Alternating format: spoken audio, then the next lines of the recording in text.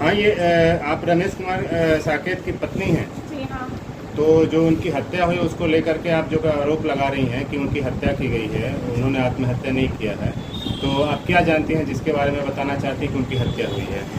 रात को लगभग 27 तारीख को मेरे पति के पास कॉल आया था राजकुमार का।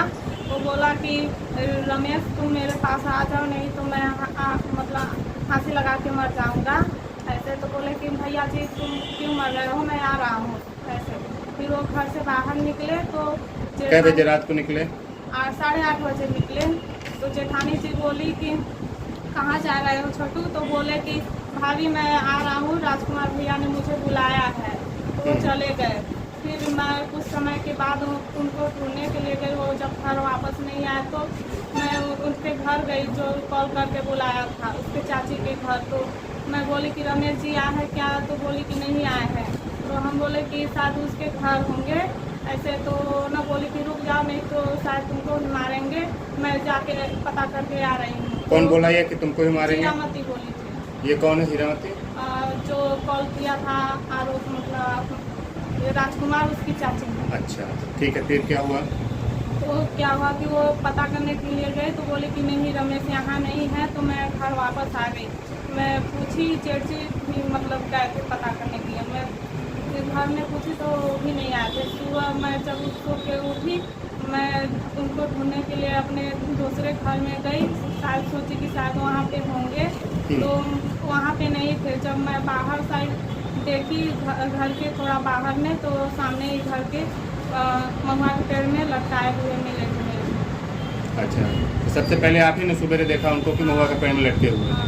तो ये राजकुमार जो बुलाया था कि मेरे घर आ जाओ नहीं हम फांसी लगा लेंगे, तो ये ऐसा बात उसने क्यों कहा कि तुम आओ नहीं तो हम फांसी लगा लेंगे? उससे इनका क्या संबंध था? रमेश का और राजकुमार का क्या संबंध था? उनका 5 बजे शायद लड़ाई हुआ था रास्ते में, मतलब रोड पे गए थे।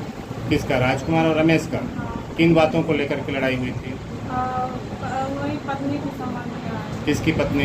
राजकुमार। तो क्या राजकुमार की पत्नी के साथ रमेश के कोई संबंध थे क्या? कोई जानकारी आपको पता है संबंध थे कि नहीं? मतलब थे। संबंध थे। तो मतलब इसलिए आपको शंका हो रही है कि संबंधों को लेकर के जो है राजकुमार ने जो है रमेश की हत्या कर दी? अब बताइए ना। हाँ जी। यही बात है ना, इसी से लग रहा। फिर आपने थाने में इंफॉर्मेशन किया? हाँ जी किया था, पर पुलिस कोई सुनवाई नहीं। कौन से थाने में किया था? माड़ा। माड़ा थाने में।